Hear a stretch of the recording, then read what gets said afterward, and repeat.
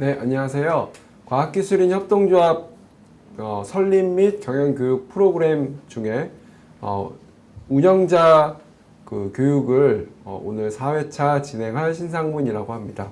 오늘은 협동조합 운영자 여러분들이 많이 관심을 갖고 있지만 막상 어떻게 시작해야 될지 좀 어려운 브랜드 관련한 내용을 함께 나눠보고자 합니다. 그래서 오늘은 브랜드 컨셉 그리고 브랜드를 어떻게 체험하게 하는지에 대해서 브랜드 포트폴리오, 그다음에 차별화 이 주제에 대해서 잠깐 얘기를 나눠보겠습니다. 사실은 브랜드라는 거는 굉장히 범위가 넓고 금방 획득할 수 있는 건 아니어서 좀 막연할 수도 있고 어떻게 해야 될지 감이 잘 잡히지 않을 수 있습니다. 그래서 오늘 하는 1시간 반 요 시간 동안 오늘은 쉬는 시간 없이 1시간 반 동안 쭉 이어서 진행하도록 하겠습니다. 이 시간 동안 이 내용을 잘 듣는다고 해서 당장 우리 기업의 브랜드를 많은 사람이 좋아해주고 이런 일은 일어나지는 않을 겁니다. 그렇지만 브랜드라는 게 어떤 거고 이 대부분 기업 규모가 작은 어떤 협동조합들은 1000명이 넘는 그런 조합이 있기도 하지만 대부분 그래도 규모가 작은 협동조합들이 어떻게 브랜드를 만들어가고 또 성장시켜 가는지에 대해서 이렇게 하는 거구나 라고 이해를 하는 시간이 되면 좋을 것 같습니다. 그것만 해도 큰 성과라고 생각이 듭니다. 그럼 시작해 보겠습니다. 오늘 이제 브랜딩 워크숍이라는 이름을 붙였는데요. 같이 얘기를 나누고 뭔가 작업물을 만들고 하는 이제 워크숍이라는 개념을 붙인 거는 실제 사례나 샘플들을 온라인 강의이긴 하지만 좀 제가 많이 넣어놨습니다. 그래서 실제 기업에서도 이 교육을 끝나고 나서 같이 조합원이나 직원들과 함께 만들어 나갈 수 있는 그런 자료들을 많이 만들어 놨으니까 활용해 보시면 좋을 것 같습니다. 예, 오늘 강의하는 홍대에서 경영학 교수로 있는 홍성태 교수님의 책을 기초로 했습니다. 물론 거기 있는 내용을 100% 다 가져오진 않고요. 주요한 내용들을 중심으로 구성을 하였지만 제가 갖고 있는 경험들이나 사례들을 더 추가해서 우리 협동조합에 맞게 전해드리도록 하겠습니다. 그래서 여기 앞에 이제 표지에 이런 내용이 있는데 Brand are nothing, branding is everything 이라는 말이 있고요. Plans are nothing, planning are everything. 이게 아이젠하워라는 분이 얘기했다고 한 거를 이제 브랜드에 적용을 해서 한 말입니다. 그러니까 제2차 세계대전에서 노르망디 상륙작전을 지휘한 이제 아이젠하워가 이제 계획은 아무것도 아니다. 그러니까 아무것도 아니란 말이 필요가 없다는 의미가 아니고 계획을 아무리 한다고 해도 여러 가지 변화와 변수가 있기 때문에 그렇지만 플래닝이라고 ing가 붙었잖아요. 그 과정, 계획하고 실행하는 과정에서 여러 가지 이제 위기 관리를 할 수 있는 능력을 갖추게 된다는 의미를 되게 인상 깊게 보셨나 봐요. 그래서 brands are nothing, branding is everything 이라고 이제 책 표지에다 그대로 쓰셨어요. 그러니까 브랜드는 아무것도 아니지만 브랜딩이라는 것이 everything이라는 것은 마찬가지로 브랜드를 만들어가는 과정 자체에서 기업의 성장과 그 다음에 이제 사업이 이제 견고해지고 할 수 있는 역량이 늘어난다는 걸로 보시면 될 것 같습니다. 그럼 과학기술인 협동조합하고 브랜딩은 어떤 관계가 있을까 보면 대부분이라기보다 좀 일반적으로 그런 게 있는 것 같아요. 우리 기술이기 때문에 우리 기술이 최고야 라는 자부심 같은 것들이 좀 많으신 것 같아요. 그래서 우리 기술이 이만큼 기술력이 높으니까 많은 사람들이 우리의 조합의 제품이나 브랜드를 좋아해 주겠지 라고 생각을 하실 수 있습니다. 물론 그렇기도 하지만 그 기술력이나 품질은 시작이고 브랜드는 성장으로 가는 그 과정에 있다는 것을 이해하셔야 될 것 같습니다. 기술이 좋다고 모든 제품을 소비자들이나 고객이 사랑하거나 좋아하진 않고요. 브랜드는 제가 생각하는 핵심적인 키워드는 관계이거든요. 관계이고 어떻게 그 관계를 잘 형성을 해서 그 충성 관계라고 마케팅에서는 표현을 하는데 그 관계를 계속 유지하느냐가 브랜딩의 핵심이에요. 마케팅하고 좀 다른 개념이라고 볼 수 있죠. 그래서 우리 과학기술인 협동조합에 운영을 하시는 대표님들과 임직원 여러분들도 우리하고 브랜딩은 별로 관계가 없는 것 같다가 아니고 기술 기반이나 로 시작을 했다 하더라도 이 기술을 기초로 한 제품과 서비스를 고객들과 사용하는 분들과 관계를 맺고 성장시켜 나가는 것은 브랜딩의 영역이기 때문에 굉장히 중요하다고 볼 수 있습니다. 왜 우리는 브랜드를 간과할까? 우리는 기술이 최고다. 고객이 알아서 찾아올 거야. 물론 그렇기도 합니다. 뭐 요즘에 이제 그 오픈 AI가 우리나라 유료 고객이 한 1,000몇백만이 되는데 거의 70% 이상이 챗GPT를 사용하고 있고 당연히 그거는 이제 기술력 기반이기도 하지만 그 챗GPT가 기술력이 최고라고 얘기하기는 좀 어렵거든요. 계속 뭐 구글이나 다른 기업들이 더 좋은 서비스를 계속 내기 때문에 항상 최고가 모든 그 사람들의 사랑을 받는 것은 아니고 기술이 좋다고 하는 것이 모두가 아닙니다. 그리고 훌륭한 기술이 넘쳐나고 품질이 곧 브랜드가 아닌가? 물론 가장 기초적인 역량이고 품질이 조악하면 아무리 브랜드를 잘 포장한다고 해도 금방 무너질 가능성이 높죠. 그렇지만 품질이 곧 브랜드는 아니고 제가 말씀드린 대로 신뢰와 관계의 문제예요. 브랜딩이라는 거는. 브랜딩은 대기업이나 하는 것은 아닙니다. 작을수록 브랜드가 더 중요합니다. 강의를 준비하면서 생각을 해봤는데 코카콜라가 나온 지가 벌써 100년이 넘었잖아요. 120년, 30년 됐는데 그 처음에 약사들이 만들었던 그 코카콜라가 나올 때 그 브랜드는 되게 작은 브랜드고 전 세계에서 아무도 알아주는 사람이 없었을 텐데 어쨌든 그 코카콜라가 지금 이 시간과 역사를 여러 가지 과정을 거치면서 지금은 세계에서 가장 유명한 브랜드 중에 하나가 됐잖아요. 그래서 작을수록 브랜드가 훨씬 더 중요합니다. 그렇게 잘 이해를 하고 관리를 해 나가야지 됩니다. 협동조합 브랜딩을 어떻게 시작을 하느냐, 협동조합 얘기를 할 때마다 제가 말씀드리는 것이기도 한데 내부 브랜딩이 먼저라고 얘기를 합니다. 왜냐하면 협동조합은 법상으로 최소한 5명 이상의 조합원이 있기 때문에 적어도 5명 이상은 우리가 만든 제품에 열렬한 고객이 되어야 되고 거기에서 확장이 되어야 되는 것이 맞습니다. 조합원 1단계가 조합원이고 두 번째 단계가 이제 협력하시는 분이나 지인들이 될 수 있고 세 번째가 우리를 모르는 불특정 다수인 시장과 고객으로 확산해야 되는 것이 맞습니다.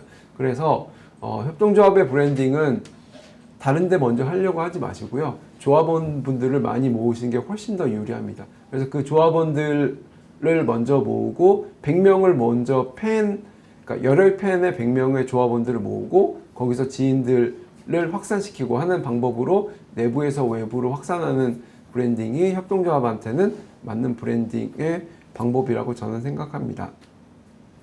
이거 왜 중요하냐면 그 조합원 한 명 한 명이 진짜 그 브랜드 앰버서더라고 볼 수가 있어요. 그분이 자신이 갖고 있는 제품과 서비스가 훌륭하다고 하면 알아서 다른 조합원분들을 데리고 와서 그분들을 조합원으로 만들 테고 오히려 그분이 불만을 갖고 나가서 여기는 들어오지 말라고 하면 알고 있는 조합원들을 다 끌고 데리고 나가는 수가 있거든요. 탈퇴하는 경우가 있거든요. 그렇기 때문에 협동조합에서는 조합원 분들을 굉장히 한 분 한 분 소중히 여기고 잘 이렇게 케어하는 것이 되게 중요합니다. 그리고 조합원 분들 자체도 우리가 하고 있는 일이 뭔지 모른다고 하면 당연히 그 외부에 있는 분들은 여기서 무슨 일을 하는지 잘 모르겠죠. 뭐 이런 사례가 가장 우리가 그 좀 잘 알고 있는 브랜드가 룰루레몬이에요. 그 사람들은 처음부터 요가복을 만든 게 아니고 그 뉴욕의 한복판에서 좀 어떻게 보면 그 차가운 그 경쟁이 이렇게 막 난무하는 그 뉴욕 맨하튼의 한복판에서 일어난 브랜드라고 보시면 돼요. 그 사람들이 이제 거기 열정도 있고 뭐 커리어도 개발하기 좋은 사람도 있지만 거기서 일하다 보면 되게 지치고 힘들잖아요. 그런 사람들이 한둘이 모여서 이런 어떤 공간 같은 데 하나 빌려갖고 야 우리 힘든데 요가 한번 해보자 해서 요가 매트 깔고 시작한 게 룰루레몬이에요. 그러니까 거기서부터 이제 뭐 처음부터 요가복을 우리한테 맞는 좋은 요가복을 만들자 해서 한 게 아니고 그런 사람들이 모여서 커뮤니티가 되고 네, 조합원은 뭐 협동조합은 아니지만 그런 사람들이 결속이 되고 거기에서 이제 그러면 우리한테 맞는 가장 좋은 제품이 무엇일까를 밖에서 찾을 수 없으니까 그 사람들이 모여서 만들고 이런 식으로 이제 확장이 된 거거든요. 그러니까 어떻게 보면 룰루레몬이라는 뭐 기업, 뭐 브랜드가 이런 제가 지금 말씀드리고 있는 사례를 가장 명확하게 보여주는 것이라고 생각이 듭니다. 예, 여기까지가 이제 그 협동조합하고 브랜딩, 왜 협동조합이 브랜딩을 이렇게 알아야 되고 강조를 하고 있지에 대해서 간략히 설명을 드렸고요. 여기서부터가 이제 책에 있는 내용 중심으로 브랜딩이라는 큰 주제 하에 여러 가지 주제를 좀 더 세부적으로 쪼개서 천천히 쭉 스토리처럼 설명드려 보겠습니다. 너무 어렵게 생각하지 마시고 그냥 편하게 한번 들어보시면 좋을 것 같습니다. 브랜드의 시작, 이름 짓기, 네이밍이라고도 얘기하는데요. 좋은 제품은 필요 조건이지만 충분하지는 않다. 좋은 제품에 걸맞는 이미지를 만들어야 된다입니다. 그 이미지, 그러니까 인식을 심는 작업이 이제 브랜딩인데 그 출발이 이름 짓기입니다. 여기 이제 그 책에 나온 사례가 있는데 트리말키오 인 웨스트 엑. 요게 이제 책 제목이었거든요. 근데 그 미국에 있는 사람은 뭐 좀 이해할 수 있을지 모르지만 다른 전 세계 독자들은 잘 모를 가능성이 높잖아요. 근데 이게 무슨 뜻이냐면 트리말키오는 로마 시대의 벼락부자의 이름이래요. 그리고 웨스트에그는 뉴욕주의 부자들이 사는 동네. 그러니까 뉴욕들이 부자들이 사는 동네에 있는 그 트리말키오라는 사람이 이게 소설의 제목이었거든요. 근데 이거를 바꿨죠. 더 그레이트 개츠비라고. 우리가 흔히 알고 있는 위대한 개츠비가 이게 이제 이름이 이렇게 바뀐 거거든요. 그래서 굉장히 많은 사랑을 받았죠. 배달의 민족 사례가 나오는데 그 배달의 민족 서포터즈가 배짱이래요. 배민을 짱 좋아하는 이들의 모임. 그리고 경영 원칙이 송파구에서 일을 더 잘하는 11가지 방법. 뭐 9시 1분은 9시가 아니다. 지각하지 말라는 얘기잖아요. 뭐 이런 식으로 같은 내용을 표현을 하더라도 그 받아들이는 사람이 그 내용을 좀 더 잘 받아들이고 수용성 있게 받아들이는 이런 내용들이 굉장히 중요합니다. 그러니까 그 이름이 단지 그냥 이름이 아니고 굉장히 많은 내용을 담고 있죠. 그래서 저도 이제 뭐 네이밍이라는 작업을 좀 오랫동안 계속 해오고 있는데 제가 식품회사에서 시작을 했는데 그때 이제 제가 입사할 때 했던 주제이기도 하고 그 간장 프로젝트가 그 청정원에서 나온 햇살 담은 간장이에요. 이제 이런 사례를 말씀드린 이유는 그 협동조합에서 어떤 이름을 짓거나 상품을 출시할 때 뭐 브랜드 이름을 꼭 지으실 거 아니에요? 그럴 경우가 많으신데 그런 이름들은 사실은 이렇게 뭐 크게 주목을 하거나 그러지 않아요. 그래서 뭐 그 어떤 대표자의 의지가 반영되거나 이렇게 하는 경우 아니면 그 내부에서 짓거나 이런 경우가 많은데 그 이름에 그러니까 홍보할 수 있는 비용과 마케팅 비용이 현저히 대기업이나 아니면 예산을 갖고 있는 기업에 비해 낮기 때문에 이름으로 마케팅이 될 수 있는 방법이 어떻게 보면 가장 효율적이죠. 그래서 햇살 담은 간장 같은 경우에 그 이름을 들었을 때 그 전에 있던 간장들은 아시겠지만 샘표에 있는 진간장, 그냥 샘표 양조간장 이렇게 이름을 지었단 말이에요. 어떻게 제조하는 샘표 국간장 이런 식으로 지었는데 틀을 완전히 깨고 햇살 담은 간장이라고 이름을 지었잖아요. 그러면 다른 마케팅을 하지 않더라도 햇살 담은 간장이라는 그 이름을 들었을 때 햇살이라는 데서 오는 어떤 기분 좋음과 매주나 이런 데서 굉장히 자연적으로 발효를 했을 것 같은 이런 느낌들이 되게 연상이 되잖아요. 실제로 그랬어요. 그 3분의 간장이라고 하는 염산으로 분해하는 게 아니고 거기 이제 자연 발효, 그 다음에 발효 이런 식으로 해서 그 제품의 속성을 이름에 녹여냈거든요. 이런 마케팅이 되게 좋아요. 그래야지 그 사람들의 머릿속에 쑥 들어가서 잊혀지지 않는 이름이 되니까 굉장히 중요하다고 볼 수 있습니다. LG생활건강은 일하는 방식을 오무경영이라고 했는데 내진 설계, 체질 개선, 뭐 90분 안에 골인 이런 식으로 그 이름을 똑같이 지어도 그 직원들이 그 얘기를 듣고 무슨 말인지 알고 한번 이렇게 픽 웃을 수 있고 적극적으로 동참할 수 있고 이런 이름, 그러니까 이름만 잘 짓는다는 그 개념이 절대 아니고요. 우리가 하고자 하는 것을 그 이름 안에 굉장히 잘 녹여내서 자발적으로 동참하거나 구매를 하거나 할 수 있는 방법이 너무 좋다. 물론 어려운 일이긴 합니다. 어려운 일이긴 하지만 그 시작점이 굉장히 중요하다라고 생각이 듭니다. 그래서 이제 좀 저는 안타까운, 제가 생각하기에는 자녀들의 이름을 지을 때, 그 부모님들이 짓잖아요. 이거는 방송에서도 공개된 거니까 얘기를 하자면, 그 파이터인 김동현 씨가 처음에 이름이 김봉이었대요.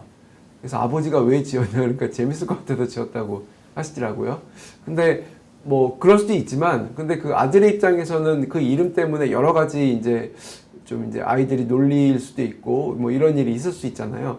그래서 그런 것처럼 우리가 한 사람의 이름을 짓는 것도 그렇게 중요한 일인 것처럼 제품의 이름을 지을 때 사람들 이것을 가치 있게 여겨주고 살려는 사람들의 그 머릿속에 어떤 식으로 이게 이미지가 각인이 될까, 생각이 될까를 생각하는 게 굉장히 중요하다는 말씀을 드릴 수 있을 것 같아요.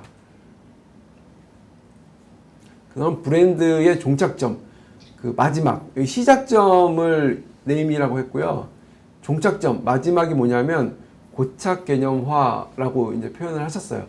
근데 제가 마케팅 할 때는 이걸 이제 지네릭 브랜드라고 해서 약간 이게 지지부진하다는 느낌이 있을 수도 있지만 마치 이런 거거든요. 조미료 하면 예전에는 미원이라고 해서 맛을 내는 데는 미원하고 이렇게 동일한 개념이었고, 복사기 하면 제록스라고 해서 미국에서는 한때 할 때는 제록스 한다는 거는 카피한다는 것을 의미를 했거든요. 마찬가지로 이렇게 고착 개념으로 가게 되면 굉장히 사람들의 인식을 바꾸기가 어려워. 그래서 여전히 침대하면 뭐 요즘에 이제 다른 브랜드도 많이 나오고 뭐 외국에서 있는 브랜드도 나오지만 에이스를 먼저 떠올리는 이유가 이게 한번 머릿속에 박히면 쉽게 머릿속에 사라지지 않거든요. 그래서 그렇습니다. 초코파이는 정이라고 하면 너 혼자만 먹지 말고 나눠 먹으라는 얘기잖아요. 그래서 많이 판매할 수도 있고, 그 다음에 스타벅스는 커피. 근데 커피가 맞기도 한데 원래 처음부터 스타벅스가 의도했던 거는 제3의 공간이라는 The Third Place라는 어떤 개념이에요. 브랜드 컨셉인데 집도 아니고 직장도 아닌 어떤 장소에서 자신만의 시간을 갖고 누구나 환영받는 그런 느낌을 줄 수 있는 그런 개념이 이제 스타벅스이거든요. 풀무원은 신선, 뭐 이런 것처럼 그 한번 고착 개념이 생기면 이것을 바꾸기 되게 어려워요. 그래서 이런 내용을 잘 보여주는 영화가 인셉션인데 저도 여러 번 봤는데 한번 꼭 보시면 좋을 것 같습니다. 네. 그 브랜딩을 잘 하려면 어떻게 하면 될까를 크게 이제 두 가지로 정리를 해주셨는데 굉장히 잘 정리해 주신 것 같습니다.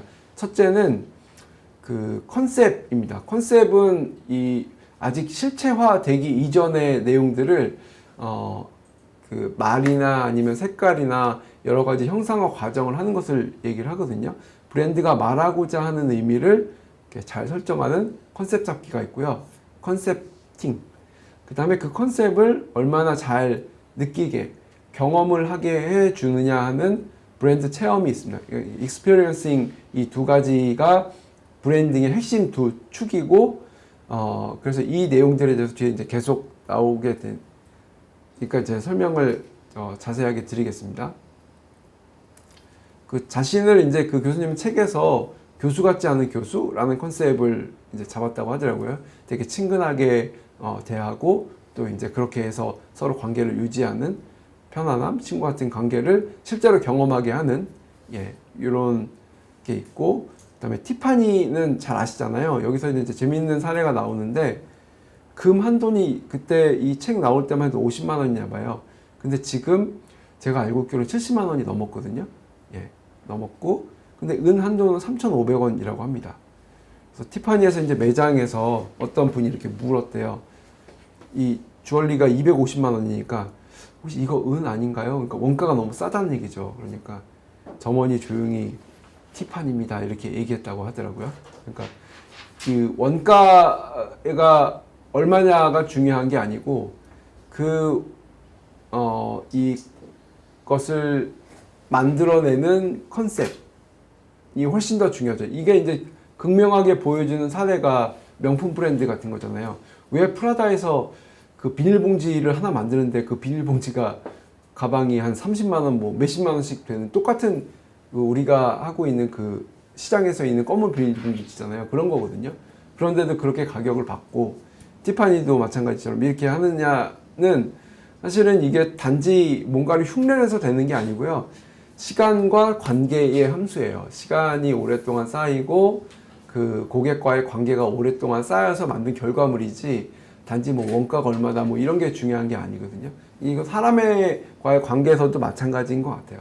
사람의 관계에서도 뭐 어떤 사람이 갖고 있는 그 사람에 대한 믿음과 신뢰 혹은 그 시간 동안 만들어진 어떤 것 이것 때문에 그 사람이 나에게 목숨을 거는 무엇인가를 요구한다고 하더라도 기꺼이 바칠 수 있는 사람이 있는가 반면 오랫동안 시간이 흘렀지만 아무리 그렇게 한다고 해도 단 1분도 내주기 싫은 어떤 그런 유형의 사람들도 있잖아요. 그러니까 마찬가지로 브랜드도 그렇게 보시면 될 것 같습니다.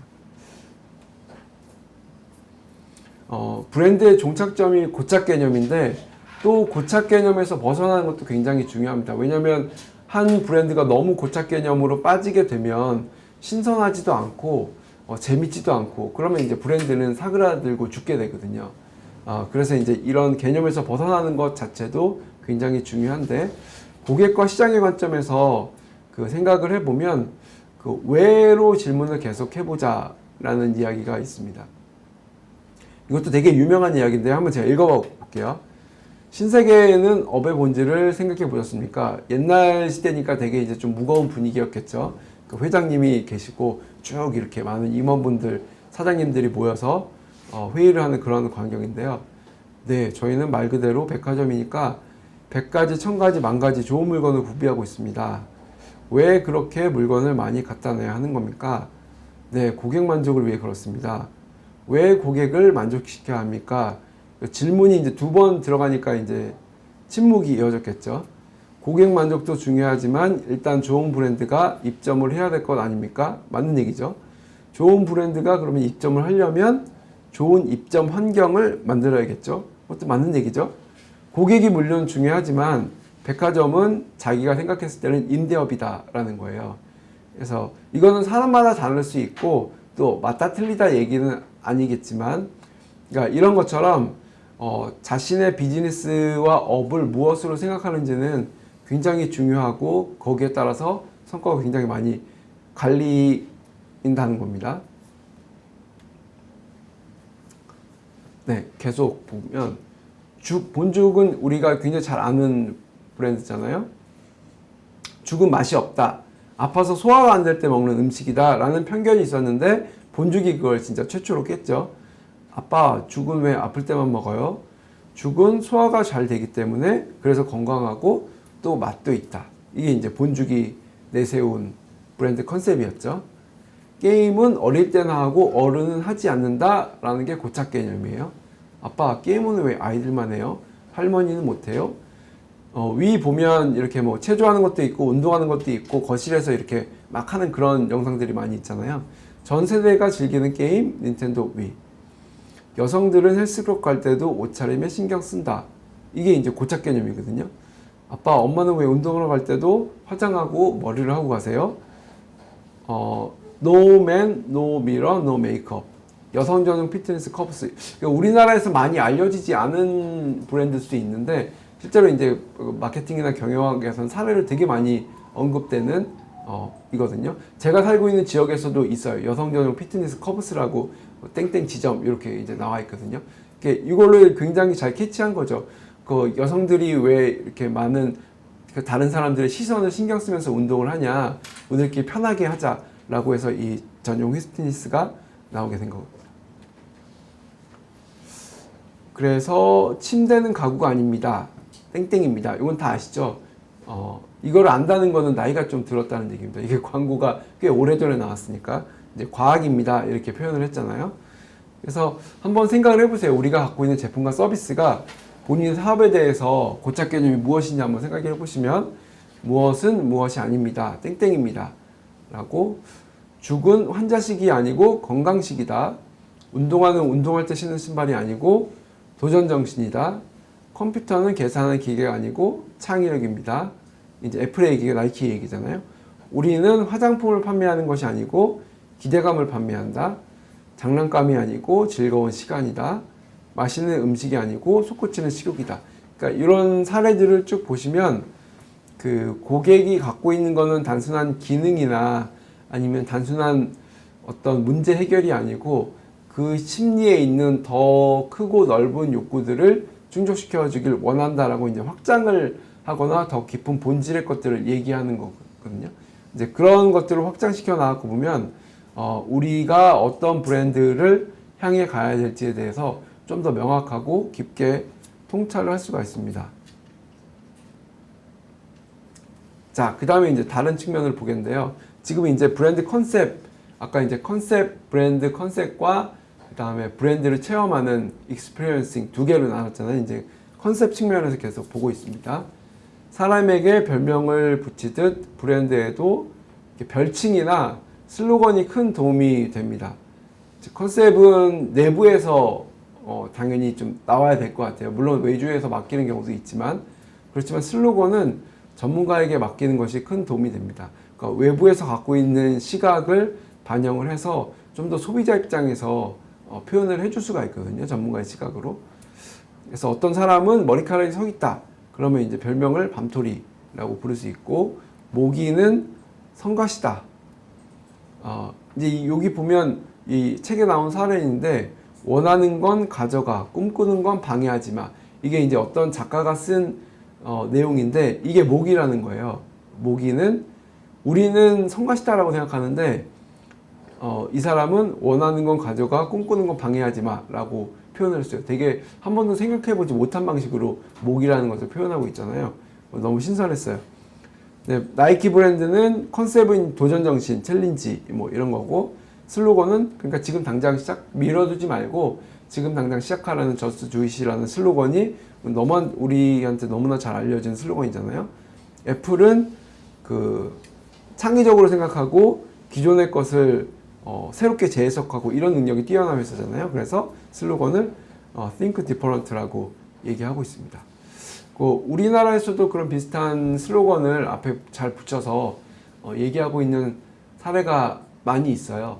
근데 저는 좀 기억나는 게 있다면 크몽이라고 이렇게 이제 비즈니스를 도와주는 재능 기부, 재능 마켓에서 시작을 했는데 지금 이제 좀 더 많이 확대가 됐죠. 거기 슬로건이 생각이 나는데, 그 비즈니스 전문가는 뭐 크몽 이렇게 했던 게 생각이 나요. 그러니까 그 재능 판매 사이트가 몇 개가 있는데 지금은 정리가 되고 제가 알고 있기로는 크몽하고 숨고 정도만 남아 있거든요. 근데 그 크몽은 비즈니스 쪽, 뭐 마케팅이나 아니면 글쓰기나 로고 디자인이나 이런 쪽에 좀 강한 특성이 있어요. 사무나 아니면 전문 그 비즈니스 쪽에서 외주를 줄 수 있는 이런 쪽이 좀 강하고요. 숨고는 생활 편의로 시작을 했습니다.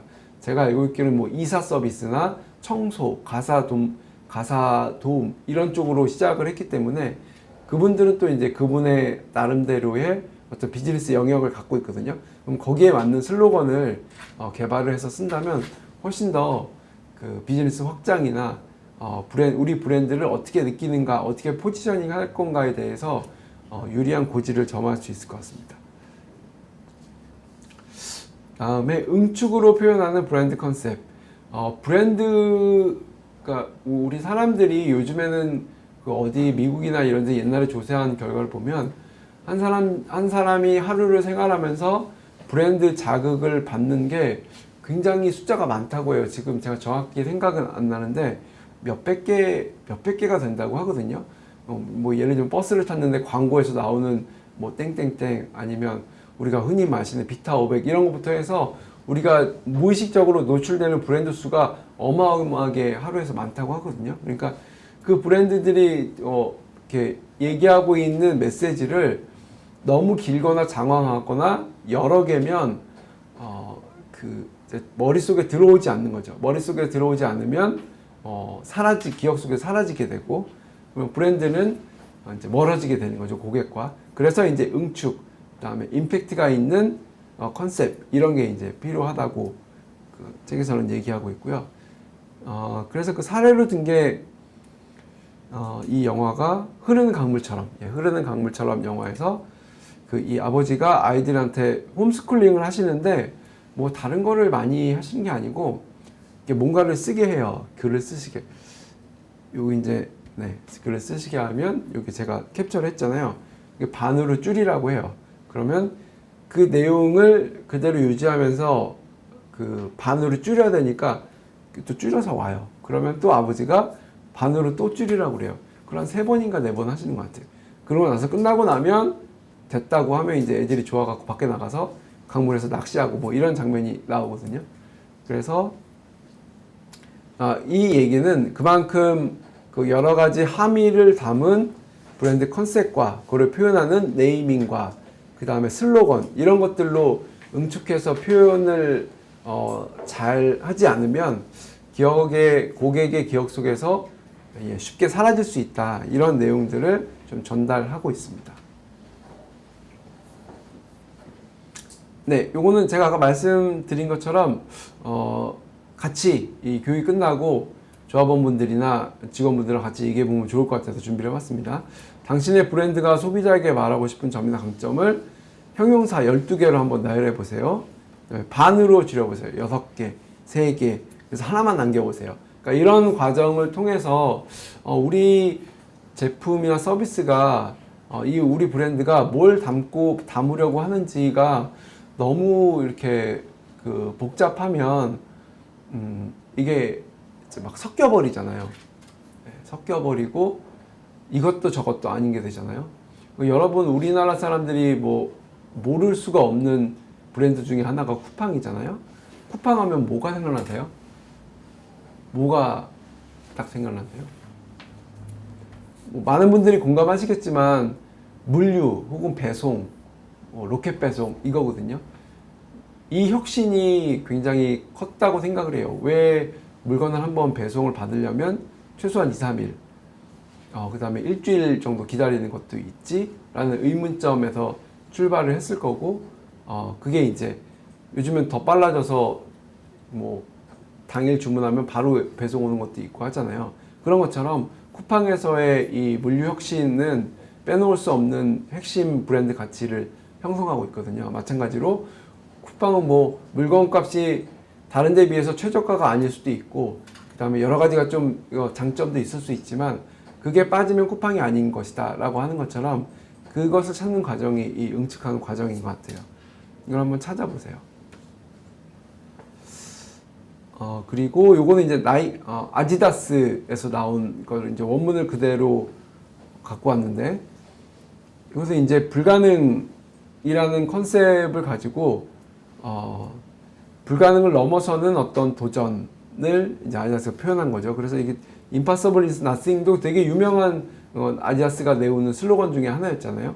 이거 한창 잘 나갈 때는 나이키의 매출을 위협할 정도로 이렇게 많이 나왔던 것인데, 그러니까 이런 컨셉들을 잘 정리하고 이건 이제 홈페이지나 이런 건데 있는 것은 사실은 잘 변하지가 않아요. 한번 이렇게 잘 정리된 브랜드의 아이덴티티나 컨셉 같은 거는 변하지가 않기 때문에 이런 문장들, 그 다음에 슬로건, 네이밍 단계에서도 그렇고 잘 정리하는 것이 무엇보다 중요합니다.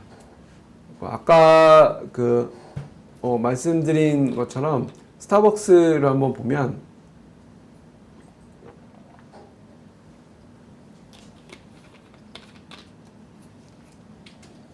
스타벅스는 처음부터 그렇고 제일 핵심이 그 영어 원문대로 표현하면 더 third place, 제3의 장소라는 게 핵심이었어요.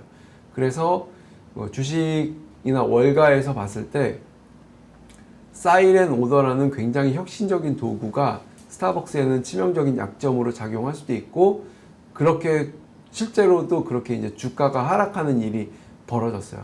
왜냐하면 사이렌 오더는 주문을 하고 거기서 이제 받아갖고 이제 나가는 시스템이잖아요. 그리고 드라이브 스루도 마찬가지고 드라이브 스루가 엄청나게 많이 늘어나고 호응을 받긴 했지만 그거는 스타벅스가 추구하고 있는 제3의 공간이라는 이 정체성을 오히려 위배되는 거예요. 그래서 요즘에 그 하고 있는 새로 이제 부임한 CEO와 분위기를 따르면 다시 그걸로 돌아가고려는 노력을 하고 있다. 스타벅스, 원래가 스타벅스 갖고 있는 그 스타벅스로 하는 얘기를 들은 적이 있거든요. 예. 그런 것처럼 우리가 하려는 이 브랜드가 어떤 것을 추구하려고 하는지 한 단어면 제일 좋습니다. 그리고 더 서드 플레이스처럼 이게 하나의 문구, 좀 더 길면 하나의 문장. 그래서 그것을 계속 지키려고 하고 고객과의 관계를 맺어나가고 이런 과정들이 브랜딩의 자체라고 볼 수가 있을 것 같습니다. 이건 한번 읽어봐 드릴게요. 그 5년 전 아내에게 물었습니다. 식사 준비할 때 뭐가 제일 힘들어? 무슨 반찬을 만들어야 하나? 메뉴 고민이 가장 힘들지. 그럼 얼마나 걸려? 이것저것 다 하면 하루에 3시간 넘게 걸리는 것 같아. 하고 이제 이 업체 대표가 놀랐다. 하루에 3시간이면 한 달에 90시간. 그래서 무려 6.25년 가족의 끼니를 챙기는데 시간만 6년이 넘는다. 그러면 이거를 이제 아내의 시간을 돌려주겠다 라고 해서 집반찬 연구소를 만들었습니다. 그러면 집반찬 연구소는 여러분께 시간을 선물합니다 라고 이렇게 했잖아요. 그러니까 기존의 식품 제조하고는 다르게 접근을 한 거예요. 식품 반찬을 만드는 데니까 건강이나 맛이 있다던가 편리하다는 거 당연히 그게 들어갈 수 있죠. 들어갈 수 있는데 여기서는 브랜드 컨셉을 그렇게 잡은 게 아니고 시간을 돌려준다, 그 시간을 선물한다 이런 개념으로 접근한 거 굉장히 신선한 거잖아요.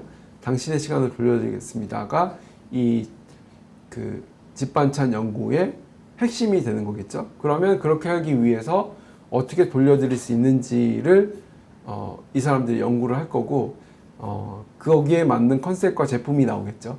예, 이게 그 브랜드 컨셉으로 볼 수 있습니다. 그러니까 집반찬 연구소는 시간이 핵심 개념인 거예요. 시간을 선물한다는 개념이.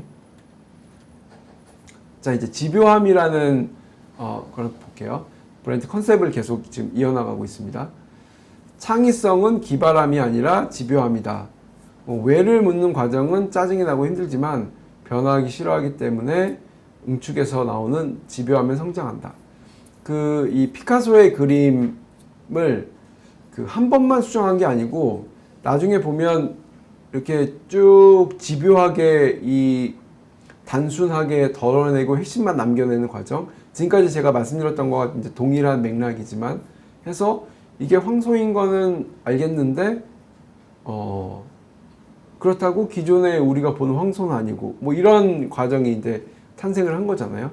그러니까 이런 과정들을 응축하는 과정이 필요해요. 그게 왜 필요하냐면 아까 말씀드린 대로 요즘에 브랜드가 어마어마하게 많아요.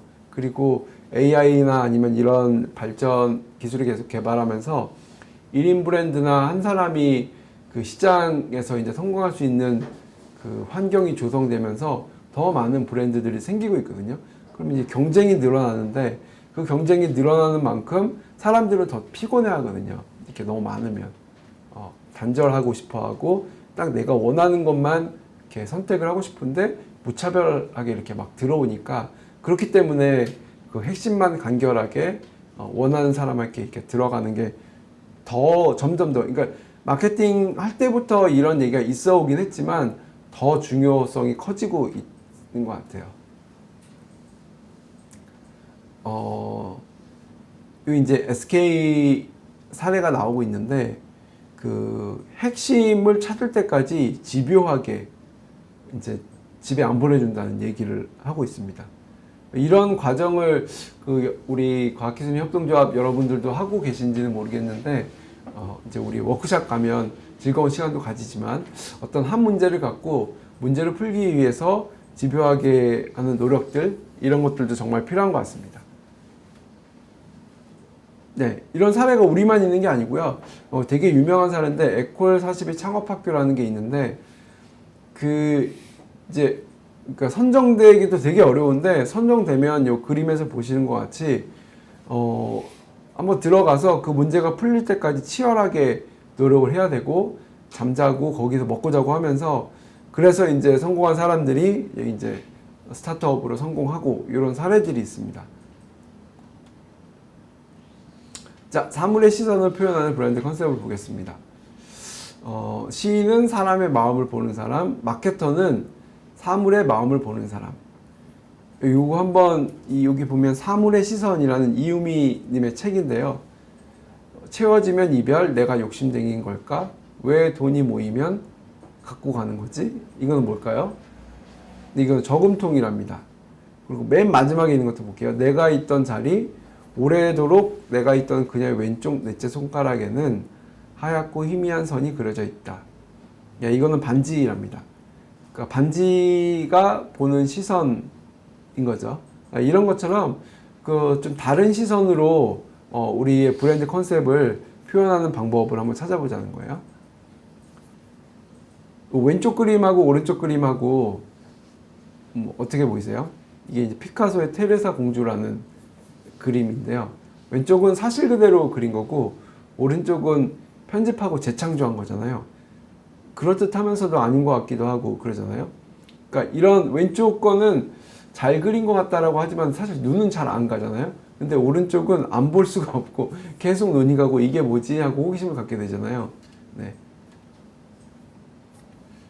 그 허니버터 아몬드가 허니버터 칩을 모티브로 해서 만들었답니다. 오른쪽에 그 길림양행이라는 이 대표님이 제가 알고 있는 그 아버지가 하신 사업을 물려받은 걸로 알고 있는데 이제 새로운 감각으로 이렇게 하면서 엄청 이제 여러 버레이션을 막 하고 하면서 사업을 키우셨는데 이 허니버터 아몬드가 아주 큰 히트를 쳤는데 그때 한창 했던 허니버터 칩을 모티브로 만들었다고 하더라고요. 근데 저는 이거를 같을 거라고 생각을 안 해봤어요. 근데 알고 보면 또 비슷한 그 친구인 것 같기도 하고, 네. 그리고 가장 이제 차별화가 뒤에서 얘기도 나오겠지만 가장 쉬운 차별화는 믹스하는 겁니다. 섞는다. 예, 가장 쉬운. 이 책도 되게 재밌습니다. 한번 읽어보시고요. 그리고 다윗과 골리앗을 섞어라. 그 사례가 이제 여러 가지 게 나오는데 뭐 노티드 도너츠나 아니면 노아 베이커리 같은 건 되게 유명한 빵이잖아요. 누구한테 선물을 하고 싶은데 뭐 어떤 브랜드가 있는 빵집에서 케이크를 사다 주면 약간 좀 미안하고 노티드 같은 데 가서 줄 서서 사주면 되게 나를 생각해 주는 것 같고 이런 이미지가 왜 생길까요? 그러니까 그러려면 얘네들은 작은 브랜드인데 작은 브랜드가 이 큰 브랜드를 이길 수 있는 거는 여기에 들어가 있는 브랜드가 갖고 있는 힘인 거죠. 네. 이런 브랜드가 작은 브랜드도 될 수가 있다는 것을 보여주는 사례입니다. 그다음에 시골과 도시를 섞어라. 그래서 이제 이효리 씨가 이제 가장 큰 여기서 이제 이미지가 되죠. 가장 도시적인 여자가 제주라는 시골에서 살면서 갖고 있는 이런 라이프 스타일. 셋밥일지도 이거 되게 독특한 사례인데 여기 오른쪽에 있는 건 책에 있는 내용입니다. 직접 제가 읽어봤는데 용접 노동을 글로 녹여낸 사람이 아무도 없었다. 진짜 그런 것 같아요. 책을 읽어보면서도 용접을 하시는 분 혹은 현장 노동을 하시는 분이 글을 쓰면서 자신의 어떤 생각과 이런 것을 표현하는 분들이 거의 못 본 것 같거든요. 남들이 비웃고 무시하던 일을 오랫동안 하면서 느꼈던 감정, 들었던 생각들이 글과 결합해서 제가 콘텐츠가 되었다 라는 게 이 분의 일입니다. 이런 어색하지만 어색하지 않은 것 같은 이런 조합이 차별화를 만들어내고 독특한 브랜드 컨셉을 만들어낸다고 볼 수가 있습니다. 예, 요 예시하고 요거는 지금 시간이 많이 없어서 언급하진 않겠지만 한번 꼭 읽어보시고 직접 해보시는 것을 권해드리겠습니다. 네, 템플릿까지 이렇게 쭉 나왔으니까. 이제 이번 파트는 아까 이제 컨셉싱이라고 하는 브랜드 컨셉과 브랜드 체험이었는데 이제 브랜드 체험, experiencing 경험하는 것 쪽으로 넘어가서 말씀을 드리겠습니다. 당연히 두 개가 다 중요합니다. 설계가 집 짓는 거가 똑같다고 보시면 되는데 설계를 잘한 집과 그 설계대로 제대로 지어진 집이 완벽한 집이라고 한다면 브랜드 컨셉이 이제 설계도 같은 거고, 이제 그것을 실제로 경험하게 하는 것이 이제 경험, 익스피리언싱이라고 합니다. 여러분들 혹시 그 보도자료나 이런 거 볼 때 이런 얘기, 저는 이제 마케팅이나 경영학을 전공을 했기 때문에 그런 단어들이 되게 이상하면서도 그 업계에서만 쓰는 단어라 저는 눈에 들어오거든요. 그러니까 뭐 예를 들면 뭐 오픈 AI나 카카오나 뭐 이런 뭐 삼성전자나 이런 데에서 그 보도자료 내는 거 보면 뭐 사용자 경험 극대화를 위해서 우리가 뭐뭘 했다 뭐 이런 내용들이 나와요. 그러면 되게 어색한 말 같잖아요. 사용자 경험 극대화가 도대체 뭐냐라고 하는 게 사실은 일상에서는 잘 쓰여지지 않는 용어이고요.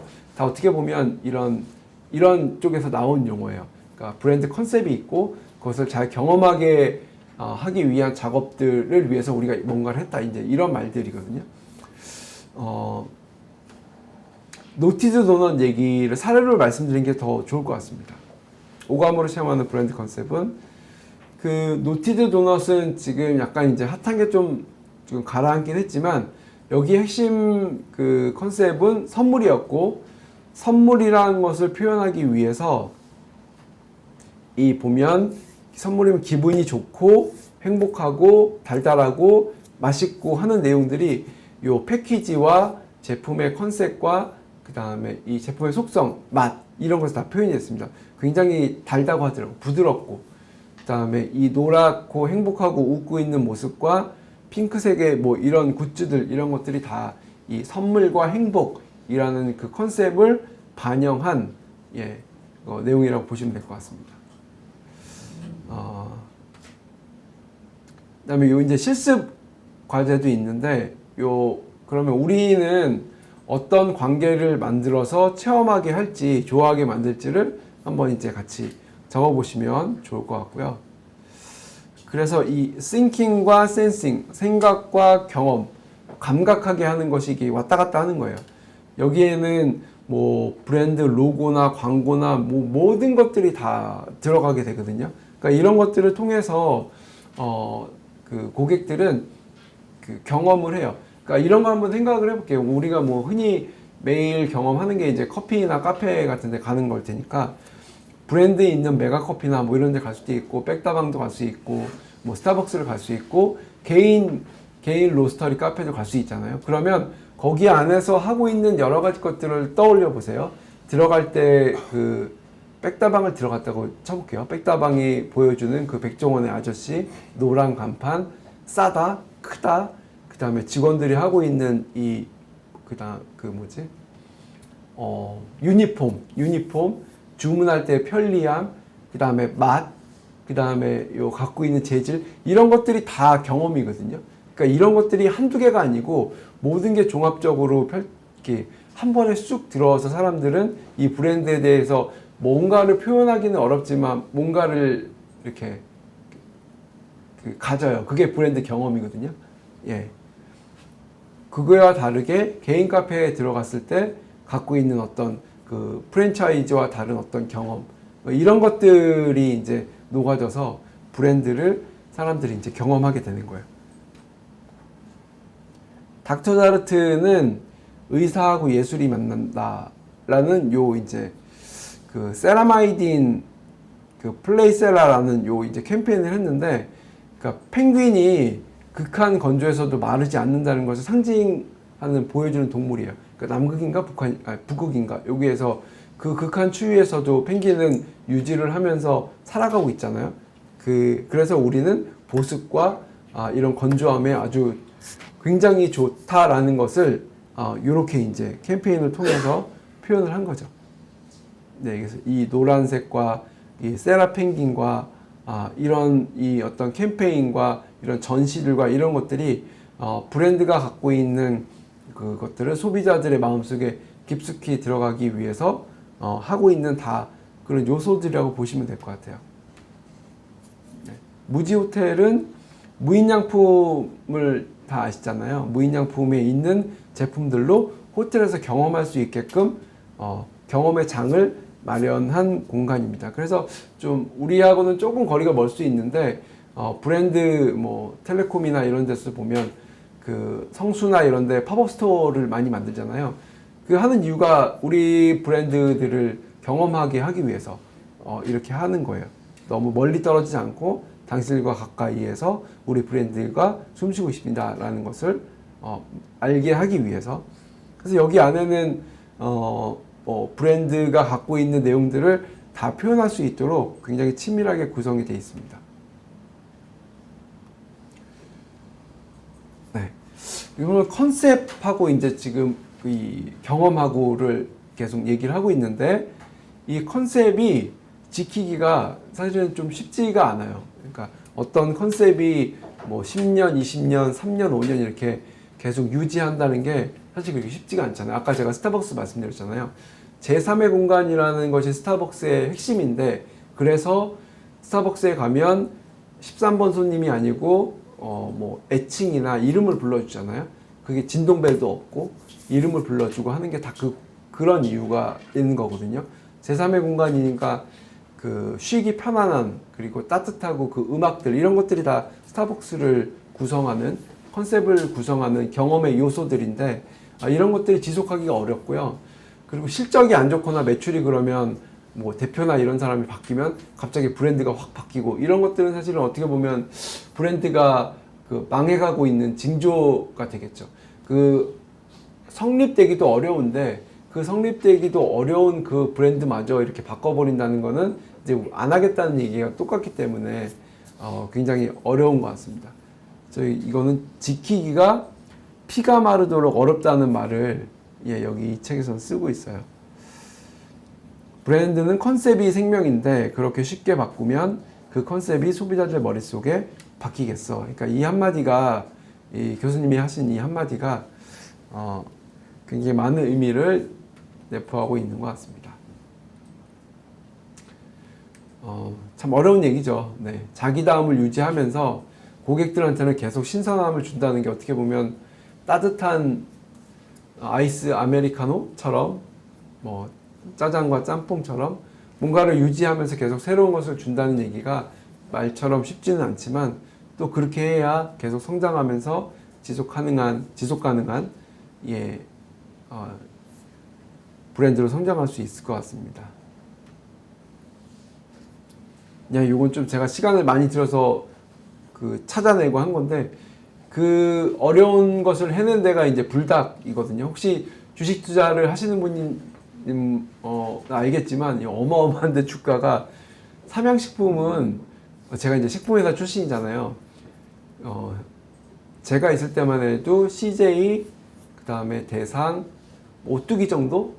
그때가 매출이 뭐 대상이 7천, CJ가 갓 9천억 뭐 이렇게 했고, 지금은 굉장히 커졌지만 삼양은 알아주는 회사도 나쁘게 들리는 게 아니고 그렇게 이제 규모가 좀 작고 그랬습니다. 근데 지금 주가를 보면 삼양식품 주가가 130만 원인가 그렇거든요.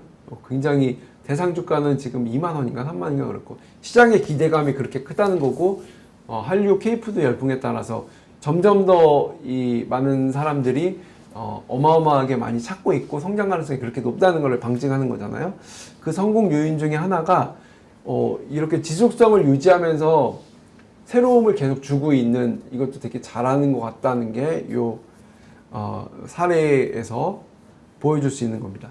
덜 매운 것을 좋아하는 사람은 불닭 까르보, 더 매운 거 좋아하는 사람은 핵불닭, 그 다음에 매운 맛도 다양하게 하고, 카테고리도 라면만 하는 게 아니고 소스도 있고, 그 다음에 뭐 부셔 먹는 라면도 있고, 이런 식으로 꾸준하게 변화를 주면서 브랜드를 계속 확장해 나가고 있습니다. 네, 포트폴리오는 저희한테는 그렇게 많이 아직까지는 필요하지 않을 수도 있는데, 우리 기업에서 어떤 잘 되는 그 브랜드 캐시카우가 하나를 만드는 게 일단은 제일 중요합니다. 예를 들면 초코파이, 오리온의 초코파이, 풀무원의 두부처럼 그게 하나의 그 기업에서 캐시카우 역할을 하게 되거든요. 그러면 거기서 그 번 이익으로 다른 신제품이나 다른 브랜드를 확장할 수 있는 그런 이제 근간이 되는 거죠. 그러면 이게 많아지잖아요. 그러면 이 가운데서 포트폴리오를 어떻게 구성할까일 때 이제 그때 이제 이런 것들을 알아두면 도움이 많이 될 텐데, 그러면 이렇게 이제 수익성과 전시성으로, 수익성은 높은 것들은 이제 높여가고, 그 수익성이 낮거나 아니면 그 전시성이라고 하는 것은 소비자들이 이거에 있어서 확 이제 이목이 집중하는 이런 효과를 얘기하는 거거든요.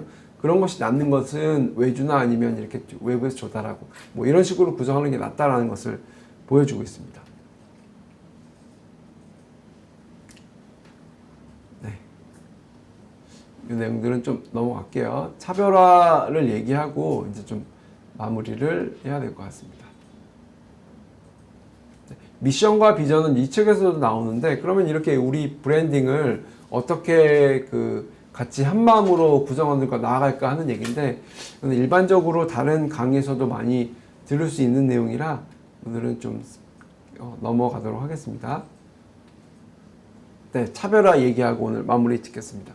차별화는 되게 중요한 문제이기도 하고 좀 어렵기도 합니다. 그 마케팅에서는 차별화를 아주 쉽게 단순하면 두 가지밖에 없거든요. 가격 차별화하고 그다음에 브랜드 차별화. 요게 두 개밖에 없어요. 그러니까 똑같은 제품이면 싼 게 그 경쟁 우위가 높잖아요.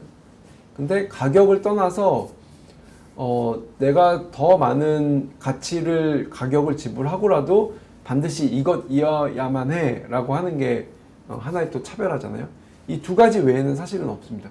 근데 대부분의 제품 90% 이상이 아마 이쪽일 거예요. 이렇게 큰 차이가 안 나니까. 그러면 어떻게 할 것인가가 이제 문제인데, 디딤돌을 이용한 차별화는 하나의 어떤 핵심 컨셉을 갖고 계속 이제 카테고리나 이렇게 이제 그것을 밟아 나가면서 확장을 하는 거예요. 포인트 오브, 여기 이제 POP라고 되어 있는데, 포인트 오브 페어리티는 동등성입니다. 동등성을 갖고 차별화하는 거고, 포인트 오브 디스퍼런스는 차별점, 제품이나 브랜드 간의 특성을 갖고 차별을 하는 건데, 예를 들면 비타500 같은 경우에는 디딤돌이 바카스티예요. 왜냐면 이거는 바카스티나 디딤돌이나 피곤하고 뭔가 이렇게 반짝하고 싶을 때 먹는 음료인데, 그러니까 POP는 이제 똑같은 거죠. 피로회복이랑 똑같은 건데, 여기는 우리는 이제 비타500은 젊은이하고 여성까지. 바카스티는 뭐 카페인이나 이런 여러 가지 들어가 있잖아요. 비타500은 그렇지 않고, 그래서 젊은이와 여성 이렇게 이제 차별화를 하는 거죠. 서울도 마찬가지예요. 서울은 우리가 이제 도쿄 대비해서 좀 더 활기찬 도시로, 블루보틀은 좀 감성적인 거죠. 뭐 이런 식으로 해서 그 동일성과 차별성을 같이 비교해 가면서 하는 게 이제 디딤돌을 이용한 차별화라고 볼 수 있습니다. 이런 식으로 그러면 한번 우리 것도 만들어 보시는 것도 한번 해보시면 좋을 것 같고요. 책에 나오는 내용을 제가 도식으로, 이건 제가 직접 정리한 거거든요. 한번 보시면 차별화는 실제적 차별화하고 인식상 차별화가 있고요. 그리고 이거는 가격과 품질, 아까 제가 말씀드린 것과 같습니다. 가격 아니면 품질이고, 최초, 유일, 베스트, 인식상 차별화, 이런 식으로 이렇게 쭉 하게 되는데, 여기에서 우리한테 맞는 게 어떤 건지를 한번 생각해보고, 만약에 없다 그러면 어디에서 차별화를 할 것인지에 대해서 어디에서가 유리한지를 한번 판별해보고 전략적으로 들어가는 것도 방법일 것 같습니다. 네.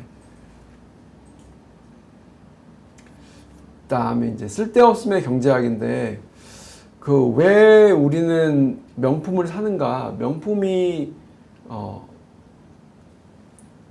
그거는 필요보다는 원해서 사는 거이거든요. 어저께 제가 본 영상 중에 하나가 이거에 관련해서 좀 인상적이었던 게, 자기가 이제 나이가 70이래요. 그리고 자기 부모님이 돌아가실 때쯤에 돌아가시 얼마 전에도 계속 그렇게 이제 새로운 옷을 찾고, 그다음에 입고 싶어하고 예쁘게 하고 싶어 하신대요. 그러니까 그때는 도저히 이해를 못했대요. 아니 좀 있으면 돌아가실 텐데 뭔가 저렇게 많이 필요하고 그럴까라고 했는데, 자기가 70이 되어 보니까 아주 요즘에 자기가 새 옷과 좋은 옷을 너무 막 사고 싶어 하신대요, 70이. 그러면 논리적으로 생각해보면, 이성적으로 생각해보면, 아니, 집에 있는 옷도 많고, 더 이상 새로운 옷이 필요하지도 않는데도 왜 그렇게 옷을 사고 싶어 할까? 이건 설명이 안 돼 있는, 할 수 없는 거고, 쓸데없음의 경제학이라고 볼 수 있는데, 이제 어차피라기보다, 오히려 살아갈 날이 많지 않기 때문에 더 자기를 가꾸고 꾸미고 싶은 욕구가 엄청 크게 이제 발현되는 거라고 볼 수 있을 것 같아요. 여기 보면 필요해서 사는 게 아니고 필요하다고 느끼면 사는 것이라는 말처럼 집에 옷이 많고 많아도 자기를 새롭게 가꾸고 남아있는 날 동안 내가 이렇게 좀 충실하고 사람답게 살고 있다. 이런 여러 가지 욕구들을 반영해서 이제 그런 얘기가 나올 거라고 생각이 드는 거거든요. 그런 것들이 오히려 이런 비상식적이고 이성에 맞지 않는 것들이 오히려 이 마케팅과 브랜딩에서는 굉장히 많이 작용하는 영역이기도 한 것 같습니다.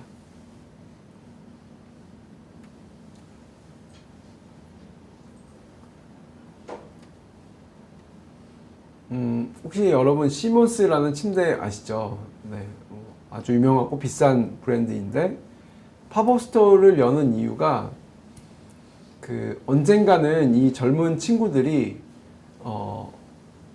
결혼을 하고 아니면 이렇게 결혼하지 않더라도 경제 활동을 해서 이제 자신의만의 공간을 만들 때 그 머릿속에 시몬스라는 이름을 들어가게 하려고 하는 거예요. 이제 그걸 컨시더레이션 셋이라고 하는데, 만약에 이런 경험들을 계속 알리고 하지 않으면 그 사람들의 머릿속에 있는 침대 브랜드는 뭐 몇 개가 되지 않을 거예요. 뭐 우리가 알고 있는 어떤 한국에 있는 기업들 브랜드, 아니면 그냥 뭐 가구 반값 이런 데서 하는 브랜드. 근데 그게 아니고 이런 경험을 하게 되면 언젠가 내가 결혼을 하거나 독립을 하게 되면 나는 그때 침대를 이걸로 하고 싶다라는 이 강한 열망 같은 거, 혹은 그 머릿속에 어떤 한 단어를 심기 위해서 이렇게 되게 감각적으로 하는 거거든요. 침대하고 이 식료품점하고 아무 관계가 없잖아요. 하드웨어 스토어도 아무 관계가 없는데 이런 굿즈들을 만들고 해서 시몬스라는 그 이름과 얼만큼 이게 고객과 이제 관계를 접점을 만들고 하는 것들이, 그래서 그렇습니다. 네, 마지막으로 정리를 하고 넘어가겠습니다. 한번 지금까지 했던 거를 제가 쭉 정리 한번 해보고 넘어가겠습니다. Brands are nothing, branding is everything. 브랜드는 아무것도 아닐 수 있다. 그렇지만 브랜드를 만들어가고 또 그것을 고객과 그 관계를 맺으면서 신뢰를 쌓아가고 하는 과정은 모든 것이다. thinking과 sensing, 브랜드를 이 생각의 영역에서 어떻게 설정을 하고 그 다음에 어떤 아이덴티티라는 정체성을 가지는 것과 설계도 같이, 이것도 한 축이고, 그 다음에 그 설계도대로 그대로 고객이 느낄 수 있도록 하는 여러 가지 장치들, 그 다음에 그 요소들, 이 두 개가 잘 결합이 돼 있고 잘 표현이 돼야 훌륭한 브랜드로 성장을 할 수가 있다. 그래서 그 사례로 노티드 도너츠나 아니면 스타벅스 얘기를 좀 해드렸습니다. 그 다음에 고착 개념화, 브랜드가 하나의 브랜드, 뭐 커피는 스타벅스, 초코파이는 오리온 정, 이런 것처럼 고착 개념화를 만드는 게 중요하지만 그 고착 개념화가 되더라도 새롭게 다가가기 위한 노력들은 계속 해야 된다. 그래야지 고객들이 지루해하지 않고 우리 브랜드와 계속 관계를 맺는다 라는 개념을 말씀드렸고요. 그 다음에 브랜드와 컨셉과 슬로건, 브랜드를 잘 표현하는 슬로건과 이름은 전문가에 맡기는 게 필요하다라고 책에서는 얘기를 하고 있고요. 다음에 over the needs, wants. 마지막에 제가 한번 얘기 드렸던 시몬스처럼 브랜드를 경험을 하면서 한 단어를 심기 위해서 이 브랜드가 이거는 아닌데 라는 것을 넘어서서 고객이 원하는 것을 주기 위해서 하고 있는 노력들, 이거 굉장히 중요하고, 또 여기서 이제 많이 말씀드리지 않았지만 컬트 브랜드라고 있어요. 덕후라고 얘기하는 한 번 빠지면 거기서 헤어날 수 없는, 뭐 저는 보지는 않는데 그 침착맨들을 그 젊은 친구들 굉장히 많이 본다고 하더라고요. 그런 것처럼 그만이 갖고 있는 어떤 브랜드들을 우리가 어떻게 만들어 가느냐 하는 것도 굉장히 중요한 이슈가 되는 것 같습니다. 네, 짧은 시간이었지만 저희 협동조합도 작은 브랜드로 이제 막 시작하시는 분도 있을 거고, 앞으로 준비하시는 분도 있고, 아니면 시작을 했는데 어떻게 이 브랜드를 계속 키워나갈지 고민하시는 분도 많으실 것 같거든요. 그래서 오늘 드렸던 말씀들이 뭐 약간은 이론적인 내용일 수도 있고 사례 중심으로 말씀드리긴 했지만, 오늘 드린 템플릿이나 아니면 뭐 실습 사례들을 같이 한번 해보시면서 우리 브랜드가 그 시간과 그 관계를 시간을 통해서 관객과 고객을 맺으면서 잘 성장할 수 있는 방법을 하나씩 찾아가시면 좋을 것 같다는 생각을 말씀을 드리면서 오늘 시간 마치도록 하겠습니다. 수고 많으셨고요. 또 이제 다음에 그 심화교육으로 찾아뵙도록 하겠습니다. 네, 감사합니다.